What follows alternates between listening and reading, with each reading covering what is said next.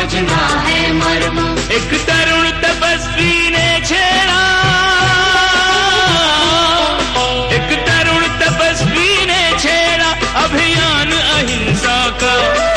जगव्यापी हो आह्वान अहिंसा का। यही मुनिवर की कामना, यही गुरुवर की भावना।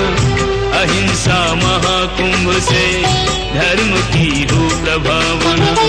यही मुनिवर की कामना, यही गुरुवर की भावना। अहिंसा महाकुंभ से धर्म की हो प्रभावना। वो दूसरों को दुख दे, दूसरों को परेशानी दे, दूसरों को चिंता दे, दूसरों को कष्ट दे, ऐसा आदमी सोता है तो रहता है।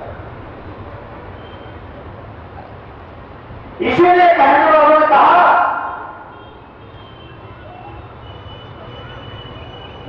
पापी को जानने मत देना और संत को सोने मत देना। कहने वालों ने कहा पापी को जानने मत देना। शेर जब तक सोया है जंगल के तमाम प्राणियों का आनंद है। शेर शेर शेर दो दोस्त बात कर रहे थे। पहले दोस्त ने दूसरे दोस्त से कहा कि तू घर में तो बड़ा, ऑफिस में तो बड़ा शेर बना घूमता है, घर में बीवी के सामने जाके ही तुझे क्या हो जाता है? वो दोस्त बात कर रहे थे। पहले ने कहा तू ऑफिस में तो बड़ा शेर बना घूमता है, घर में जाके ही तुझे क्या हो जाता है? दूसरे दोस्त ने कहा रहता तो घर में भी शेर ही हूं, और उस पर दुर्गा सवार हो जाती है। पापी को समझना। ऋषियों ने कहा, मुनियों ने कहा, ज्ञानियों ने कहा, अवतारों ने कहा, तीर्थंकरों ने कहा, बुद्ध पुरुषों ने कहा पापी को जानने मत देना और संत को सोने मत देना। शेर जब तक जंगल में सोया हुआ है, जंगल के प्राणियों में अमन चैन है, खुशियां हैं, आनंद है, प्रेम है, सद्भाव है, और शेर जागा सबके प्राणों पर संकट आ पड़ेगा। पापी जब तक सोया हुआ है अच्छा है, इसलिए मूर्ख के आचार्यों ने कहा पापी को जानने मत दो, क्योंकि उसके जाते ही समाज की शांति भंग हो जाएगी। और संत को सोने मत दो, क्योंकि संत सो गया तो समाज का भाग्य भी सो जाएगा। अब इसका मतलब ये नहीं कि रात में 12 बजे मेरे दरवाजे और करूं से मतलब समझिए, मतलब ना समझे तो दुर्घटना घटने में वक्त नहीं लगता है। और ईश्वर कभी ये दुर्घटना घटी, ऋषियों के कहने का मकसद कुछ था, हमने उसका अर्थ कुछ निकाला। संतों के कहने का मकसद कुछ था, हमने उसका अर्थ कुछ निकाला। तीर्थंकरों के कहने का मकसद कुछ था, हमने उसका अर्थ अपने हिसाब से कुछ निकाला। मुद्दा नसरुद्दीन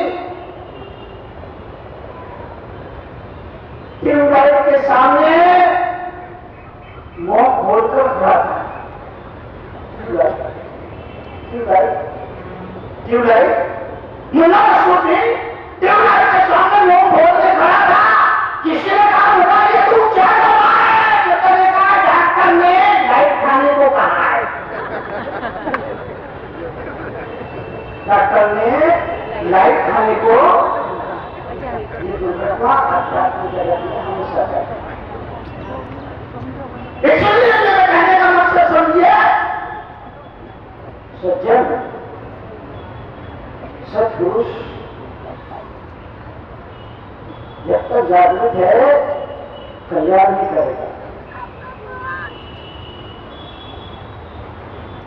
समाज का कल्याण करेगा, परिवार का कल्याण करेगा, व्यक्ति का कल्याण करेगा। जब तक वो जागृत है सत्कर्म करेगा। रावण जैसे लोग, कंस जैसे लोग, हिटलर जैसे लोग ये जाते थे तो लोग नींद हराम हो जाया करती थी। रावण जैसे आदमी लोग, कंस जैसे आदमी लोग जब जमीन पर चलते थे तो ये पृथ्वी थर-थर कांपती थी। लेकिन मेरा कहना है ये पृथ्वी कांपती नहीं थी, बल्कि ये पृथ्वी हंसती थी और कहती थी कि बच्चों मेरे ही विस्तार होकर मेरे पर दम दिखा रहे हो तो ठीक है, थोड़े देर उत्सव और कर लो, फिर तो मेरी ही गोद में आकर के सो जाना है। पृथ्वी हंसती थी, इनकी हजारों पर हंसते थे, इनकी नासमझियों पर हंसते थे, क्योंकि उन्होंने कहा हम भगवान से नहीं भगवान हो। हमें से बहुत सारे लोग ऐसे ही होते हैं, जिंदगी में दुख आता है तो कहते हैं हे भगवान, हे भगवान, हे भगवान, हे भगवान। दुख आता है जिंदगी में दुख आता है तो कहते हैं हे भगवान, हे भगवान, हे भगवान। और जब जिंदगी में सुख आता है तो कहते हैं ऐसा भगवान, कहाँ का भगवान, कौन सा भगवान, मैं हूं भगवान। महावीर के जीवन में दुख आए, पार्श्वनाथ के जीवन में दुख आए, बुद्ध के जीवन में दुख आए। आम मनुष्यों की बात मत करो, महापुरुषों के जीवन में भी दुख आए। और दुख कैसे, छोटे मोटे नहीं, दुख कैसे। राम के जीवन में कितने दुख, कितने संकट आए, कितने दुख, कितने संकट आए। बात पूर्ण हो गए जब उनका जन्म हुआ, खेलने कूदने के दिन थे, गुरुकुल में भेज दिया, गुरुकुल से लौट करके आए, विश्वामित्र आए, फिर जंगल चले गए, वहां से राक्षस से लड़ते लड़ते सीता के साथ विवाह हुआ, वापिस लौट कर आए, वशिष्ठ जी आ गए, फिर जंगल चले गए, रावण आ गया, सीता का अपहरण हो गया, लौट करके सीता को लेकर के अयोध्या में आए, फिर एक धोबी आ गया। देखिए, अरे इनके दुख तो होलसेल दुख थे, तुम्हारे दुख तो रिटेल के दुख। महापुरुषों के दुख की बात करिए, इनका होलसेल है, होलसेल दुख है, तुम्हारे दुख तो रिटेल के दुख है, छोटे छोटे दुख। क्या दुख है? यही दुख है कि पत्नी बीमार है, पत्नी का जन्म तो नहीं हुआ ना, पत्नी का अपहरण तो नहीं हुआ ना, केवल यही दुख है कि पत्नी बीमार रहती है, केवल इतना ही दुख है कि बेटा कहना नहीं मानता है, केवल इतना ही दुख है कि बंदा दुकान मेरा व्यापार मेरा मंदा है, केवल इतना ही दुख है कि उधारी समय पर नहीं हो रही है, केवल इतना ही दुख है ये केस पड़ा है, घिसटते मुश्किल हो गई, अभी तक निपटारा नहीं हुआ, केवल इतने ही तो दुख है, निठेर के दुख। इसलिए तमाम सारे आपसे निवेदन करेंगे, जिंदगी में दुख आए, कष्ट आए, तकलीफ आए, हिम्मत मत हारिए, हिम्मत मत हारिए। परिवार को चिंता नहीं करना, रिश्ते नाते टूट जाए चिंता नहीं करना, व्यापार रुपया टूट जाए चिंता नहीं करना, बस भगवान से प्रार्थना करना कि प्रभु मेरा मनोबल ना टूटने पाए। मनोबल टूट गया तो जो है वो भी टूट जाएगा।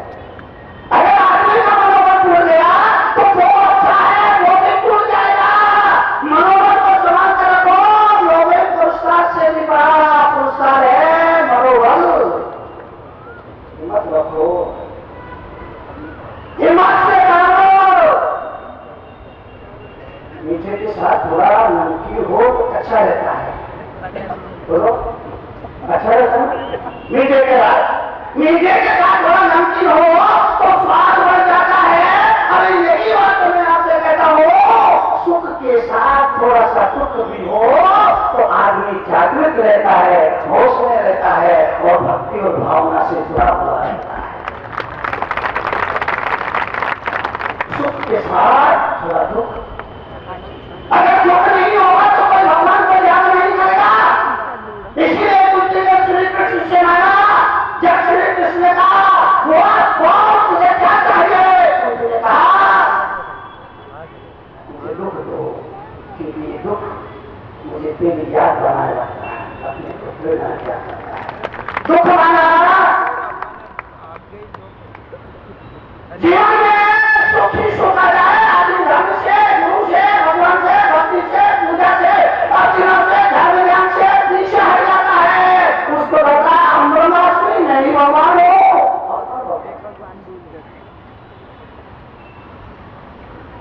सबके जीवन में कष्ट आते हैं, ऐसा मत सोचिए। जब जिंदगी में सब तरह की अनुकूलता आएगी तो मैं भगवान का भजन करूंगा। बहुत सारे लोग इस भ्रम में रहते हैं कि जब सब तरह की अनुकूलता आएगी तब मैं भगवान का भजन करूंगा। मतलब उसका जवाब तुझे बताने के लिए मौजूद है, ऐसा ही कभी आने वाला नहीं है। जिंदगी में ऐसा दिन कभी आने वाला नहीं है जब सब तरह की अनुकूलता जीवन में होगी। कुछ ना कुछ तो अभाव बना रहेगा, कुछ ना कुछ तो अभाव बना रहेगा। अगर शरीर स्वस्थ है तो पत्नी बड़ी तेज कर रहा है, अगर पत्नी भी अनुकूल है तो बच्चों ने नाक में दम कर रखा है, अगर बच्चे भी आज्ञाकारी है तो व्यापार नहीं चलता है, अगर व्यापार भी चलता है तो वसूली समझते नहीं होती है। कुछ ना कुछ तो जिंदगी में दुख बना, सबके जीवन में कुछ ना कुछ दुख बना है। फर्क सिर्फ इतना है, अमीर और गरीब, अमीर और गरीब समस्या दोनों के जीवन में। अमीर आदमी के जीवन में भी समस्या है और गरीब आदमी के जीवन में भी समस्या है। समस्या में फर्क हो सकता है। अमीर आदमी के जीवन की समस्या अलग है, गरीब आदमी के जीवन की समस्या अलग है। गरीब आदमी के जीवन की समस्या है भूख लगे तो क्या खाए, गरीब की समस्या। गरीब की समस्या है भूख लगे तो क्या खाए, अमीर आदमी की समस्या है क्या खाए तो भूख लगे। हर आदमी की जिंदगी में समस्या है। बात कर रहे थे, अरे दोस्त ने कहा यार मैं ताज महल बनवाना चाहता हूँ। दो दोस्त बात कर रहे थे, समस्या बात समझना। दो दोस्त बात कर रहे थे, पहले दोस्त ने कहा यार मैं ताज महल बनवाना चाहता हूँ मगर क्या करूँ मेरी मुमताज ही नहीं बनती। दूसरे दोस्त ने कहा यार मैं भी ताज महल बनवाना चाहता हूँ पर क्या करूँ मेरी मुमताज ही नहीं बनती।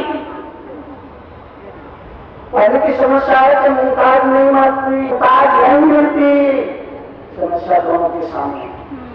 इसलिए जिंदगी में आदमी जब तक जिएगा समस्या। महावीर ने कहा समस्या का समाधान है तपस्या। तब करो इच्छा निरोधा तपा। इच्छाओं का विरोध करो।